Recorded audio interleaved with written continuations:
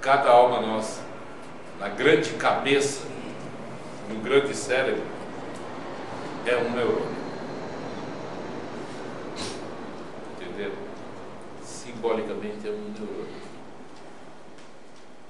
Imaginem o teu corpo, e se os teus neurônios pensassem por si só e analisassem em que corpo eles vivem. Dá para imaginar isso? Se cada neurônio tivesse um pensamento individual, se perguntando, puxa, onde é que eu estou? Como é que é esse meu universo? Esse meu universo humano, né? Que seria você. Como é que é esse cosmos? Como é que é isso? Como é que pode ser essa coisa?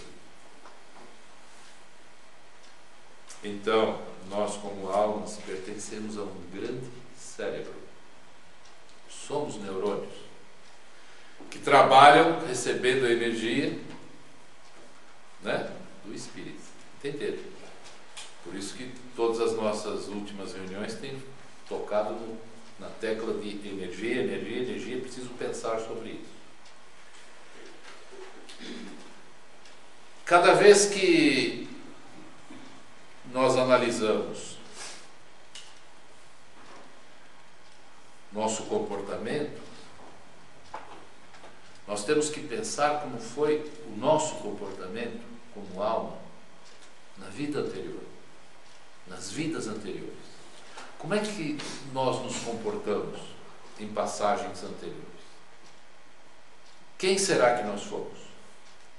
Fomos bons indivíduos? Fomos maus? Vivemos em que raça? No seio de qual povo? Em que época terrestre nós vivemos? Sabendo agora que para a nossa alma não tem tempo, tanto faz, mas a manifestação foi numa época, no meio de um povo, no meio de um costume, no meio de uma língua, de uma tradição. Precisamos entender. A cada novo ciclo, a cada nova passagem de alma, existe a barreira do esquecimento, assim como um neurônio não pode invadir a função do outro. Porque senão geraria o caos, o distúrbio. Então, em cada passagem que nós temos, manifestadas, como a que nós estamos tendo agora, podendo ouvir, falar, manifestado terrestre, da forma terrestre, nós temos que apreciar, saborear cada momento, cada segundo, cada ato, cada pensamento que emana de nós e nos perguntando por que assim, por que dessa forma,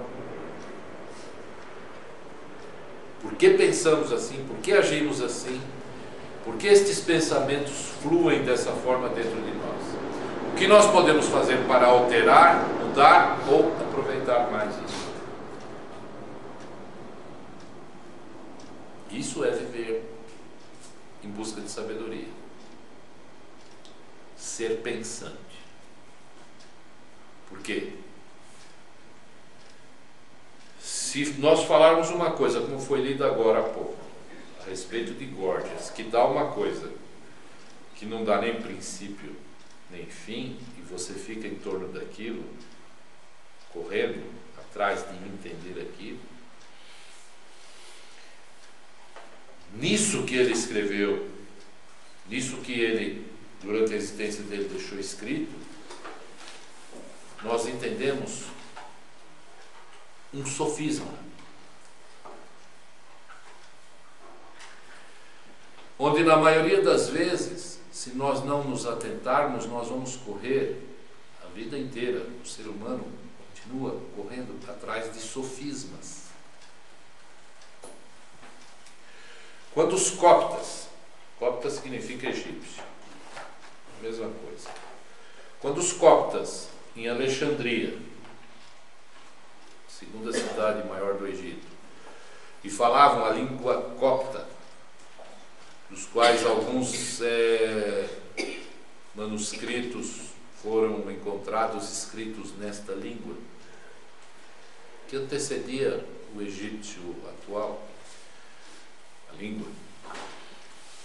Quando escreveram sobre o cristianismo, usando, pelo que tudo indica na história, usando o livro de Marcos, do Evangelho de Marcos, para instaurar um cristianismo, um jesuísmo, né? Jesuísmo ligado a Jesus, quero dizer, na Terra, cerca do ano 60, no primeiro século, jamais poderia se pensar que atingiria a característica que atingiu hoje. O cristianismo daquela época, entre os egípcios,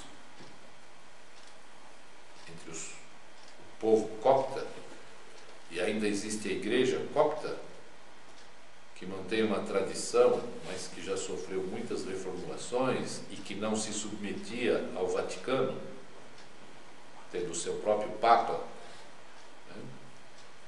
E que atualmente é motivo de muitos conflitos e muitas mortes, e existem mais de 40 milhões de coptas no mundo, salvo engano do número. Basicamente, também se servem de rituais que, assim como a Igreja Católica também tem os seus, e alguns rituais, em alguns dos seus símbolos, entre os coptas, a gente vê alguns símbolos mais profundos na simbologia, entre os desenhos. Então esse pessoal, no primeiro século, quando começou a falar sobre, quando começou a montar o cristianismo daquela época, que entendeu daquela forma e que recebeu a influência egípcia, porque foi feito em Alexandria, não era formado só por pessoas incultas, não era formado só por pessoas sem sabedoria. Entre os egípcios, lógico que havia muita gente simples, muitos escravos, muita gente das massas bem comum, mas também havia aqueles que tinham mais cultura. E depois isso se misturou, se aproximou da cultura grega, e aí foi havendo uma introdução de outros conhecimentos.